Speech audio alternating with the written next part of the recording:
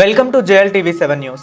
సమాజంలో మూఢ విశ్వాసాలు, కులం కారణంగా కొన్ని వర్గాలకు చెందిన ప్రజలకు అన్యాయం జరుగుతుందని వారికి సామాజిక న్యాయం కోసం పోరాడిన మహా వ్యక్తి శ్రీ నారాయణ గురు 172వ జయంతి ఉత్సవాలు అలాగే ఓనం ఉత్సవాలు ఈ నెల 30వ తేదీ ఆదివారం నాడు జరగనున్నాయి.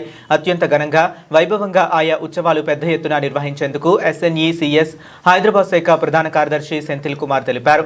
సికింద్రాబాద్ కంటోన్మెంట్ పరిధిలోని తిరుమలగిరిలో గల కానోజీగూడ గ్రీన్ ఫీల్డ్లో ఉన్న శ్రీ నారాయణ విద్యాభవన్ ప్రాంగణంలో ఆయా ఉత్సవాలు జరుగుతాయని సెంథిల్ కుమార్ JLTV 7కు వివరించారు. ముఖ్య అతిథులుగా ప్రముఖ వ్యాపారవేత్త గోకులం గోపాలన్, మల్కాజ్గిరి ఎమ్మెల్యే మర్రి రాజశేఖర్ రెడ్డి పాల్గొంటున్నారు. భారతదేశంలో ఒకే మతం, ఒకే కులం, ఒకే దేవుడు ప్రజలకు ఉండాలని శ్రీ నారాయణ గురుదేవ్ గారు ఎంతో పోరాడారని, అందుకు కుల నిర్మూలనకు అందరికీ ఒకే మతం దేవుడని ఆయన చేసిన సంస్కరణలు చరిత్ర పుటాల్లో మరవలేనివని అనేక విషయాలను వెల్లడించారు.